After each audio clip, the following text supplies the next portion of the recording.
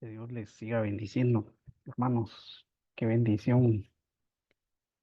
Estamos en el séptimo capítulo de nuestro módulo de estudios bíblicos. Estamos llegando casi al 50% de estos estudios que han sido de mucha edificación. Anteriormente vimos lo que en el Antiguo y el Nuevo Testamento, cómo se desarrollaron. Aprendimos eso. Aprendimos el tema de los pactos. eh, que el antiguo y el nuevo pacto, la diferencia y lo, la, la diferencia entre, perdón, el nuevo y antiguo pacto. Y también vimos qué pasó entre el nuevo y el antiguo pacto, que fueron 400 años. Vimos que sucedieron eventos muy interesantes. También vimos el tema de las traducciones de la Biblia y el tema de las versiones de la Biblia. Es decir, llevamos seis temas. A continuación nos toca el tema número 7. Este es el tema de la iglesia primitiva. Amén. Yo también te digo que tú eres Pedro y sobre esta roca edificaré mi iglesia y las puertas del Hades no prevalecerán contra ella. La iglesia es una entidad que nació en el corazón de Dios. Su misión es manifestar la gloria de Dios sobre la faz de la tierra, anunciando las virtudes de un Dios grande y sublime a las creaciones y al mismo el reino y aún al mismo reino de las tinieblas. La iglesia de Cristo nace en el momento en que Cristo es herido en su costado y brota agua y sangre, igual que en el huerto del Edén, cuando Dios hace caer en un sueño profundo a Adán, de su costado toma la materia prima para formar a la mujer, Eva. Se ha dado por llamar a la iglesia de Cristo a todos los cristianos que se reúnen en alguna congregación a alabar a Dios. Sin embargo, la Biblia hace varias distinciones: reino de Dios, pueblo de Dios y la iglesia de Cristo. El reino de Dios es la esfera en la cual se reconoce su gobierno, ya que Él no ha cedido su soberanía frente a la rebelión, sea esta demoníaca, humana, sino que ha declarado su propósito de afirmarla. El pueblo de Dios es un grupo de personas que Dios escogió para hacer lo suyo, integrada por muchos miembros, y que fuesen un instrumento para la bendición de todos los demás habitantes de la tierra, mientras que la iglesia de Cristo está compuesta de todos aquellos que aman su venida y alcanzan la medida de la fe. Amén. Reino de Dios, pueblo de Dios y la iglesia de Cristo. Amén. El desarrollo de la iglesia está descrito en el libro de los Hechos de los Apóstoles, identificándose a esta primera, la iglesia primitiva, que posee características especiales, las que serán estudiadas en este tema. El término iglesia se traduce del griego eclesia, fuera de, y que es el llamamiento de caleo, llamar, que significa llamar fuera, reunión popular, asamblea, concurrencia, congregación. Se puede decir entonces que la iglesia son los sacados de en medio de. Ese es el verdadero significado. Por lo tanto, esta palabra detona comunidad cristiana de miembros en la tierra o santos en el cielo, o ambos. Está integrada por todos aquellos que le han recibido en su corazón como Señor y Salvador, comprados con su sangre, que se han enamorado de él, alcanzan la estatura del varón perfecto y llegan a la medida de la unidad de la fe. El origen de la iglesia. La iglesia primitiva inicia sin la mayor experiencia. Los apóstoles y discípulos en general contaban únicamente con las enseñanzas de Jesucristo. Era un grupo de 120 personas que se enclaustraron en el aposento alto, tal como había sido la ordenanza de Jesucristo, y la esperanza en la promesa que recibirían poder para ser testigos en Jerusalén, en toda Judea, Samaria y hasta los confines de la tierra.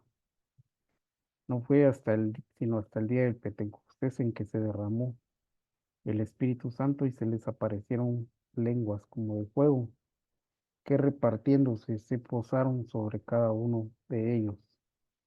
Todos fueron llenos del Espíritu Santo y comenzaron a hablar en otras lenguas según el Espíritu les daba la habilidad para expresarse. Esto se hizo evidente a todos los presentes, especialmente con el primer sermón del apóstol Pedro, donde se añade un grupo de 3.000 personas. De aquí en adelante se experimentó un crecimiento impresionante en el segundo mensaje del apóstol Pedro.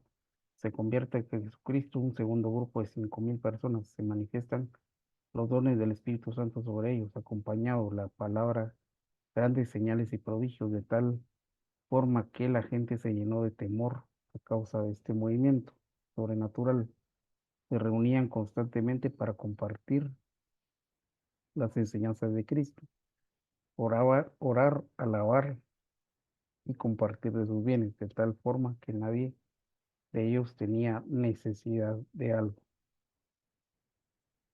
Esto trajo cierto acomodo, olvidando que el origen de, de la orden de Cristo de ser testigos primeramente en Jerusalén, luego en Judea y Samaria hasta lo último de Dios, permitió la persecución como un mecanismo para el cumplimiento del propósito de alcanzar a todo el mundo, de tal manera que muchos discípulos salieron huyendo, pero por donde pasaban no dejaban de anunciar el Evangelio.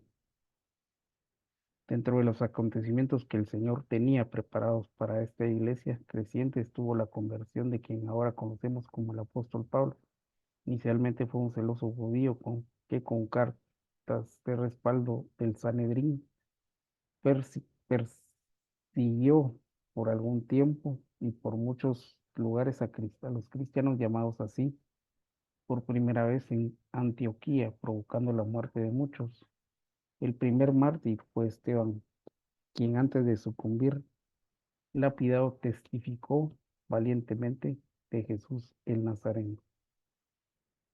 El apóstol Pablo fue instrumento que usó el Señor para llevar el mensaje del Evangelio a los gentiles del viejo mundo, mediante los denominados viajes apostólicos. Otra situación importante fue la experiencia de Pedro el apóstol cuando, cayendo en un éxtasis, Dios le muestra todo aquello que Dios limpia. El hombre no le debe llamar inmundo, refiriéndose así al pueblo gentil, afirmando que ahora la iglesia de Cristo estaría formada por gente de toda lengua y nación. Los llamados a ser parte de la iglesia.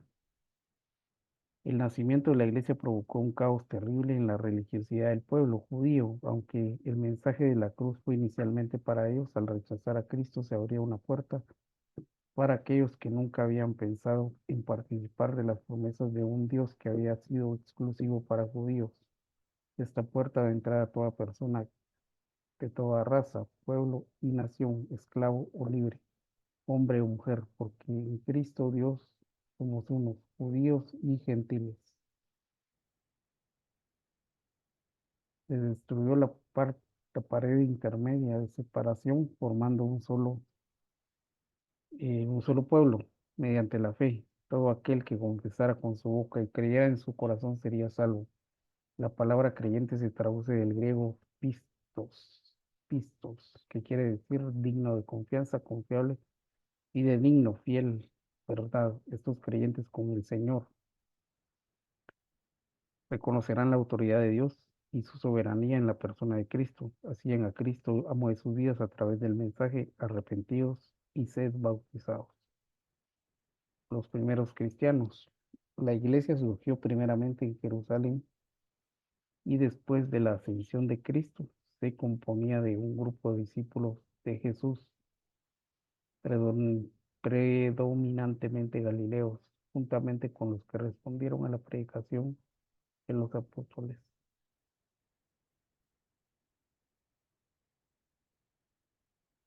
Amén.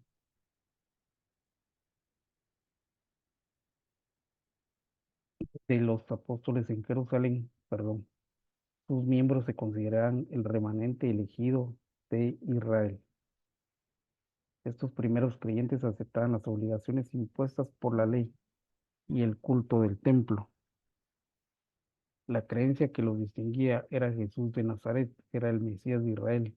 que Dios mismo había certificado, esta es la verdad, al levantarlo entre los muertos después de haber sufrido la redención de Israel, y que el día del Señor grande y manifiesto estaba por llegar y culminaría con la aparición final del Mesías en juicio y gloria. Los primeros dirigentes fueron los 12 apóstoles Galileos, especialmente Pedro y Juan. Más adelante fueron nombrados ancianos, que más que una edad destacada, una función de autoridad de velar por el orden. La iglesia se hizo numerosa, entre estos habían sacerdotes y fariseos que se convertían a Cristo, es decir, dejaron sus vanas costumbres.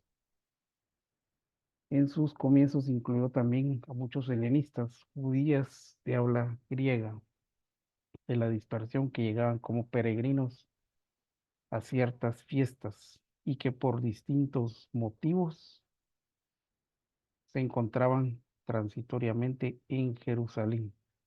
A menudo estos judíos eran más pudientes que los de Jerusalén y manifestaban su piedad llevando limosnas a su nación. Cuando la iglesia practicó la ayuda mutua, un benefactor típico fue Bernabé, natural de Chipre. Cuando se hizo necesario nombrar una comisión para atender la distribución para los necesitados, se eligieron a 7 varones que, a juzgar por sus nombres, eran helenistas. Aparentemente fue a través de ese elemento helenista que el evangelio desbordó entre los estrechos límites del cristianismo judaico a territorios extranjeros. Uno de los 7, Esteban, tuvo una discusión en una sinagoga helenista de Jerusalén, de la que posiblemente era miembro Saulo de Tarso. Fue acusado ante el Sanedrín de haber blasfemado contra el templo y la ley de Moisés. Otro de los 7 llevó el evangelio a Samaria. Otro del, Llevó el evangelio a Samaria. Después, animado por el Espíritu, desciende por el antiguo camino de Gaza, donde se encuentra con un eunuco extranjero y lo evangeliza y lo bautiza. El orden de la iglesia. A nivel ministerial, el orden de la iglesia ya estaba establecido. La cabeza es Cristo. Luego los 5 ministerios, donde claramente las escrituras dicen primeramente apóstoles, es decir, que el ministerio apostólico es un ministerio de gobierno. En segundo lugar, profetas.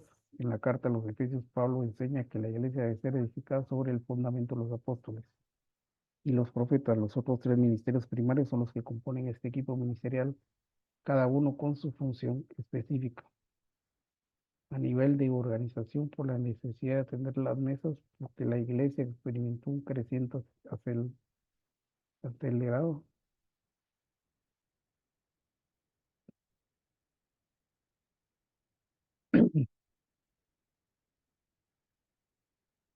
un fundamento de los apóstoles y los profetas. Habían ancianos y buscar a nivel de organización, por la necesidad de atender las mesas, porque la iglesia experimentó un crecimiento acelerado en tan poco tiempo, era necesario que los apóstoles se dedicaran a la oración y al ministerio de la palabra y buscar personas con características especiales. Fue así como se nombró otro grupo de servidores. De igual manera, habían ancianos que desempeñaban un cargo revestido en autoridad.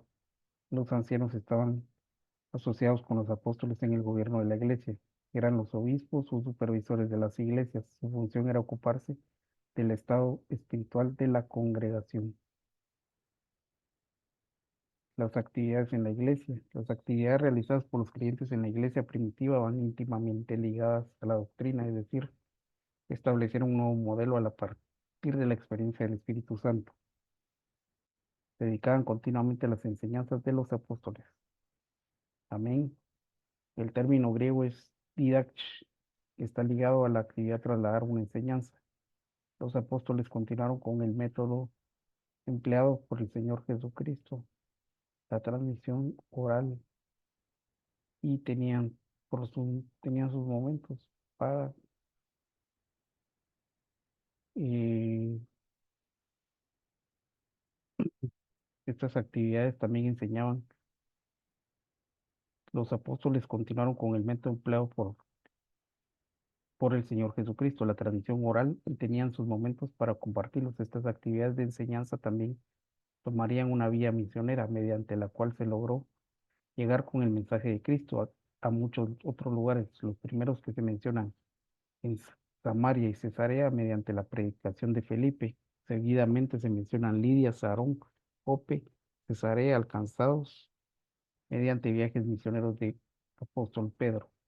Una siguiente etapa fue la expansión, fue la que provocó un grupo de creyentes que salieron huyendo tras la muerte de Esteban. Fueron esparcidos y llegaron hasta Venecia, Chipre y Antioquía. Y por último, los viajes misioneros del apóstol Pablo.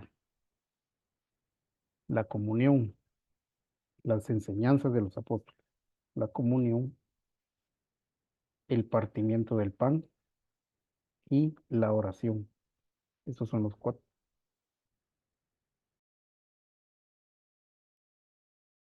Tomando el video. eh, las, las actividades de la iglesia se dedican continuamente a las enseñanzas de los apóstoles. Dos, la comunión. Tres, la Santa Cena. Cuatro, la oración. Esos son los cuatro pilares de la iglesia. Pero hay más actividades. También hacían muchos prodigios y señales hechos por los apóstoles. Vendían todas sus propiedades y bienes y los compartían con todos. Es comunión y partimiento del pan. Esto es el verdadero ayuno. Alababan a Dios y hallaban favor con todo el pueblo. El bautismo, bautismo en agua. La verdadera iglesia de Cristo no es una organización terrenal con gente de edificios, sino una entidad integrada por aquellos que se han sido salvos por medio de Jesucristo, que tienen que alcanzar la estatura para llegar a ser la esposa de Cristo. Nos hacemos miembros de la iglesia, el cuerpo de Cristo por la fe. Somos edificados por la palabra de Dios, disciplinados por Dios, unificados en Cristo y santificados por el Santo Espíritu de Dios. Amén. Gloria a Dios. Vamos a, estamos dando por finalizado la lectura de lo que es la iglesia primitiva. Que Dios le bendiga. Amén, amén y amén.